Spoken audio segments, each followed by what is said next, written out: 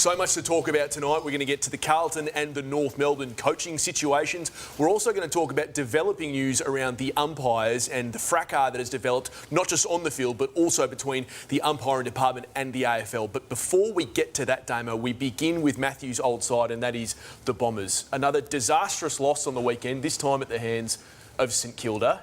And the man who was employed to, at least in part, rejuvenate some of their spirit, Dean Solomon, it hasn't gone down that road. No, it hasn't, Sam. It's actually got worse in the 5 matches that Dean Solomon has been coach. And we'll get to the specifics and the messy details of the post-St Kilda loss with what happened in the Essendon rooms after that. But before we do, let's listen to Solomon paying particular attention to one word in his post-match conference. Our compliance piece was just not there, and that's what's hurt us. We just discussed it then. How do we tidy that up? How do we become really predictable to each other? And that'll hold us in good stead. But we didn't do it tonight. Oh, just the compliance stuff. Just what we were chasing and why. But it's critically important we become really predictable and we have the game plan's compliance piece at a high level.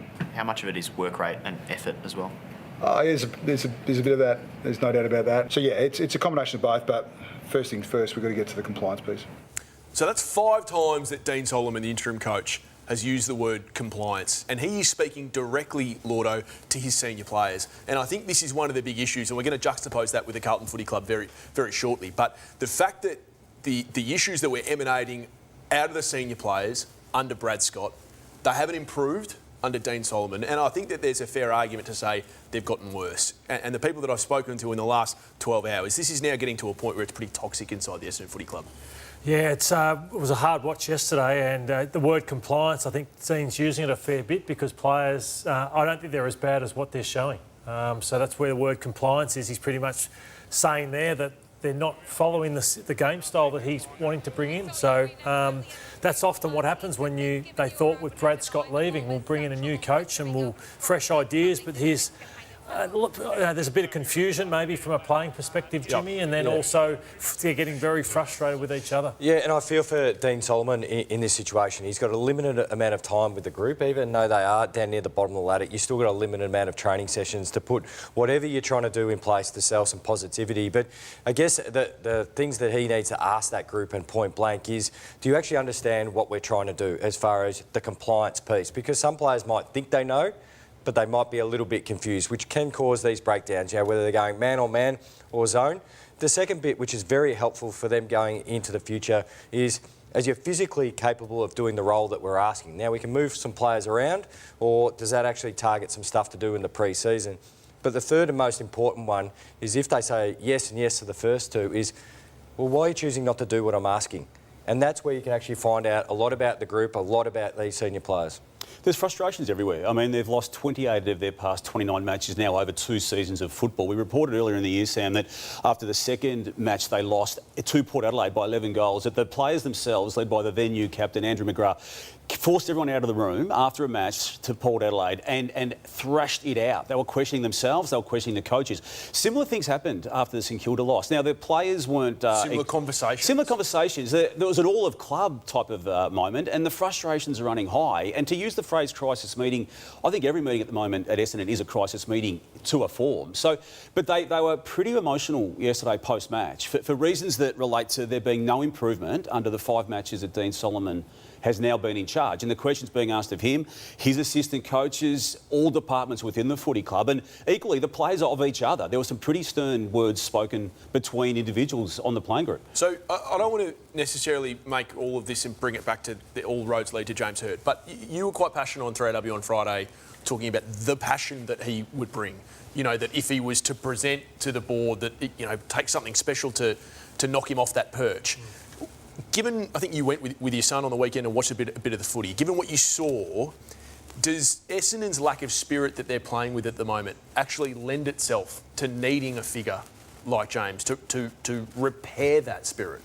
Not necessarily, because I don't want to, as I said, I want to be really strong in that they go through the right process and get the best candidates to go for this job. But it's what a big job it is for whoever gets it, Sam. Like, I know what you're saying doesn't need, and that's what everyone at the football wants. Everyone who came up to me says, we need James Hird back. But they are Essendon people who are passionate about the red and black. But the effort and intent was really, really poor. Like, they were in the game, say, halfway through the first quarter, in the blink of an eye, they're 50 points down. That's how brittle they are right now, which speaks to what Damo just touched on before. It's probably helping the coaching panel who's been selected to pick the next coach actually identify some key characteristics of what they want in the next coach. Because of what they don't have. Correct. So, you know, different clubs are in need of different things. We often talk about clubs who they need the finishing coach. They've got a development already in place. So they've got coaches who are very good at development if you've got a young list.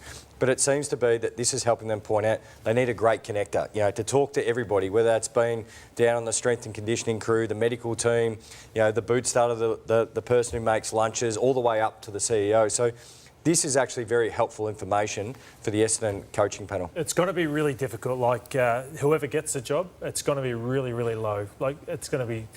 they're not as bad as what they should be. They're playing right now, but whoever takes on the job, it's going to be a really rough couple of years. And that's where James Hird coming in could probably buffet that for a year or two. Whereas another coach maybe won't. Yeah, because, as I said, the supporters are at breaking point, what I saw yesterday, Sam. Kevin Sheedy's trying to stop people from leaving the footy. That's how low it's got, and that's been like that for a number of weeks now. And we've seen you personally, Lordo, even become deflated over the course of programs, even tonight, and certainly across the course of this season itself. Yeah, I call it sad. I call it a hopeless situation. They're some of the terms I use for where the powerful club I walked into has now become. I don't. It's sort of, you're at that point where do you turn to next? That's what you got to, and that's why people are saying it is James Hird, because it's where is it next? What do you turn to? What gives us hope? He is the only hope. That's why I am coming around to James Hird. Because you weren't initially. No. Have you changed your mind on this? Because the club is at the lowest ebb, I reckon, in the history of the club, just about. And supplements was massive, and people say that's because of James Hird. So that's why I'm really conscious of sorry, he was part of that. Do you think the club is at a lower ebb now than it was midway through the supplement saga? Well, I think that is why the club's in the position it's in. The people said State started there. it would take 10 years to get over. Yep. But now it's an excuse because it shouldn't still be this position. It's because of more than just that. It's because every area is nowhere near where an AFL club run should be. But in terms of the hope, he certainly presents the most of that.